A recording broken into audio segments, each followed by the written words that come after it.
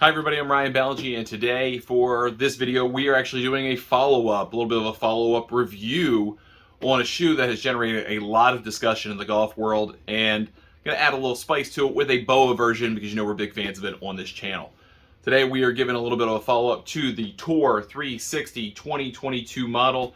You may have seen our unboxing video of the shoe when we first got it, and then we said we would do a follow-up review of it once we've kind of done a whole bunch of rounds with it. Well, as it turns out, we wound up getting a second version of this shoe. We get the BOA version of this shoe. Again, many of you may know, if you're fans of this channel or viewers of this channel, seen other shoe reviews that I've done. You know I'm a big BOA fan. I'm a big fan of the system that allows you to kind of dial in very easily what kind of fit you want. And as you work on the golf course, you can always customize your fit. And you're just a click away from having a better fit on every single shot. So, we received the BOA version of these shoes. They're a little bit different, obviously, as you can tell. They don't have laces. They have a closure system, and the closure system on these has evolved over time. But in these particular ones, we've got a side bar panel. We've got a side dial for this, and we've got two different flaps on this. So we've got the one on the very top, and then you kind of peel back a little bit more, and there's another one as well, kind of running parallel to it, but not exactly the same parallel to it. And the reason that they do this is because it allows you to create stability over the top of the midfoot for a better, more customized fit. This is effectively what laces do. They bring down pressure from the upper onto the top of your foot, and that way you keep the shoe in place, because otherwise it would just kind of float about. I mean, that's effectively what flip-flops do. So with these, the idea again, you dial in your fit, you press in the dial system, you turn, and then you get to a point where you feel nice and snug, and you go about your business.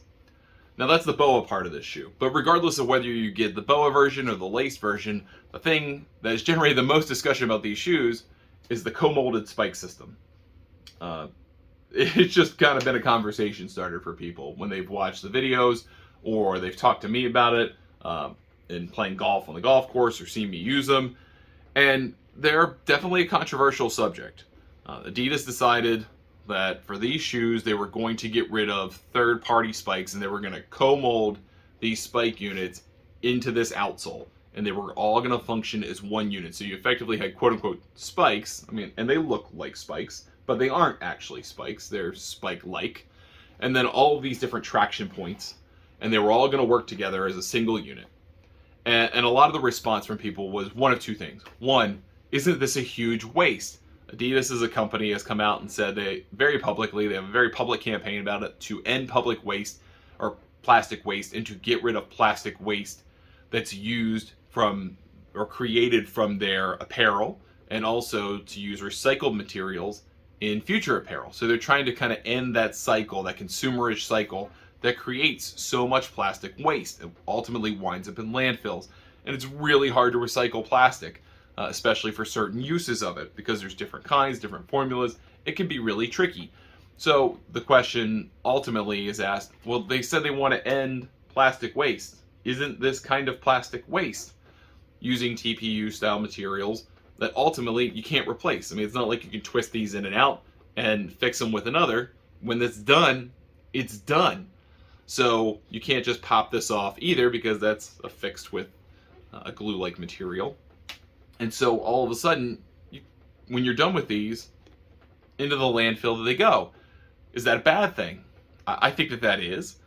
But Adidas has made the calculation that people who wear golf shoes don't really replace their spikes that much. And I think that would be their counter argument to this argument, which is, well, if you wear golf shoes for 2 or 3 years, and we make something like this and it lasts for 2 or 3 years, and you don't see many worse to wear for it, then when you're done with them, you throw them away. What's the difference between throwing these away with the co-molded spikes and something that I guess you could potentially recycle someday, or throwing away a shoe with a similar outsole but with port spikes? Again, those are hard to recycle too. They're made of plastic and metal or both. They're hard to recycle. So what's the difference? That's probably their argument. And they have probably recognized that most people who buy golf shoes don't buy shoes every year. They don't buy shoes every 2 years. They kind of wear them into the ground.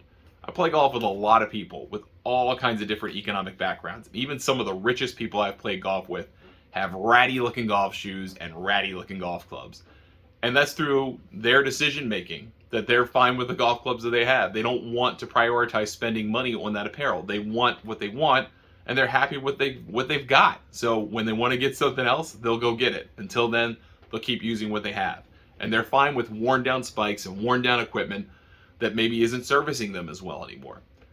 Is that an indictment perhaps of the equipment industry not being able to convince people to use better equipment or new equipment because it might help their game? I don't know. Leave that to you. But the other big controversial piece of this, other than the plastic waste part of it, is how long do these things last? How long do the spikes last before they go bad? And if they go bad relatively quickly in 30 or 40 rounds, then you're not even going to get much use out of them if you are a hardcore golfer.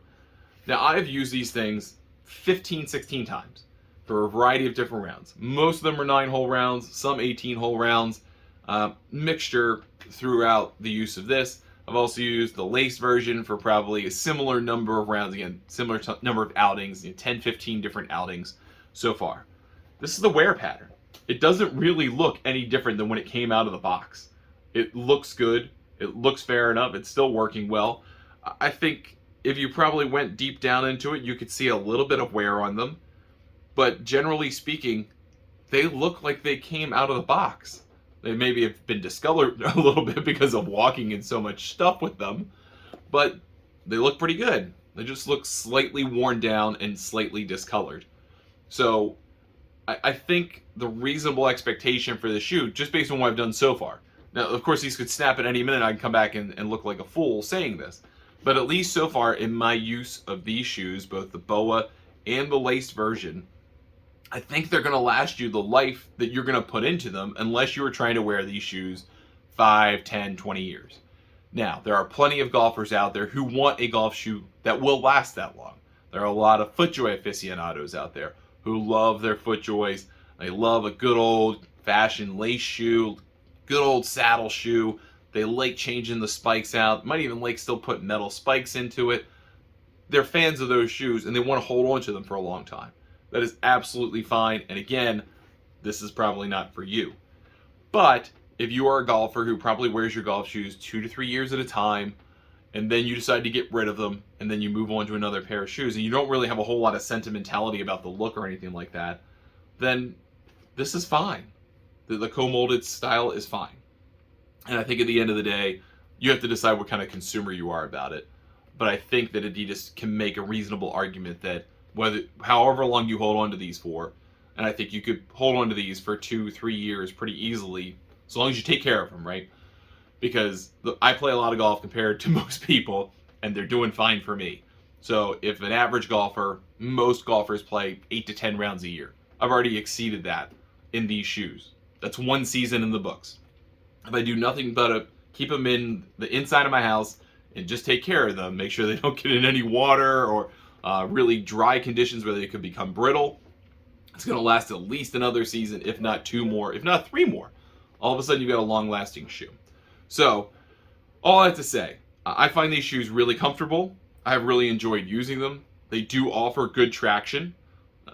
They do have a good look to them. I do like the laced look a little bit more than a BOA look, but that's just kind of the nature of having the BOA panels. What I like about the BOA system more is the fit. I like the way it feels. I like not having to tie my shoes 3 or 4 different times around. I like feeling a little bit more connected to the ground in these. And I kind of like that you get a little bit more color variety in the BOA models. Sometimes Adidas does a really good job with that. They have here. I like that there's some distinct differences between this and just the traditional laced version of the Tour 360 22s. I would be surprised, that all said, to see this system kind of come back in the Tour 360s. And I say that not knowing what they're going to do the next time this comes around. But I think this system is going to fit really well in their ZG21 family, which will probably become ZG23, right? And it's a lightweight addition to a spiked shoe. And that's the entire messaging behind the ZG family, which is having a lightweight spiked shoe that you can wear on the golf course and not have to settle for a spikeless shoe that doesn't offer the same traction and may actually be costing you distance. In fact, I know it's costing you distance on the golf course.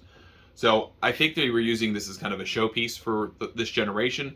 I would be surprised if they stick with this for the next generation of Tour 360. They might, but they might just go back to spikes. But I think this showpiece is probably a proof of concept that this can work for a hardcore golfer for several years without any kind of degradation of quality, without any kind of injury to the golfer, without any kind of brittleness, and it's still going to function just as well as a classical spiked shoe with classical port spikes you take in and out, just like you've always been comfortable with for as long as you've probably been playing golf. The really great thing about these is that they're a little bit wider than you may have seen from the past in Adidas Tour 360s. I have a wide foot, particularly in the forefoot. You got nice stability here. You got nice width here. That is a big thing in shoes these days. Really nice curve up here at the top of the forefront, the front of the foot, and the toe box area. So it fits my flatter foot very, very well. And these have been traditionally known as very thin shoes and heavy shoes. I would say neither of those are true on this one. So if your past thoughts on the Tour 360 have been either of those, it's also worth giving this a try. So if you are a golfer of any type who wants a good shoe with good traction, you should put this on your list. It should be a consideration for you. Regardless of what you think about the Comolded spikes, I'm here to tell you they do a good job and they take care of you on the golf course. So don't have any fears about trying something a little bit different just because you haven't tried it yourself before. Hopefully this review helps. Please leave me your comments if you yourself have used the Tour 360 22s. Love to hear what your thoughts are on the shoes too. They've generated so much discussion. They're very interesting to me. Different kind of case of shoe than we've done in the past on this channel. I'm Ryan Ballengee saying thanks for watching. We will see you next time.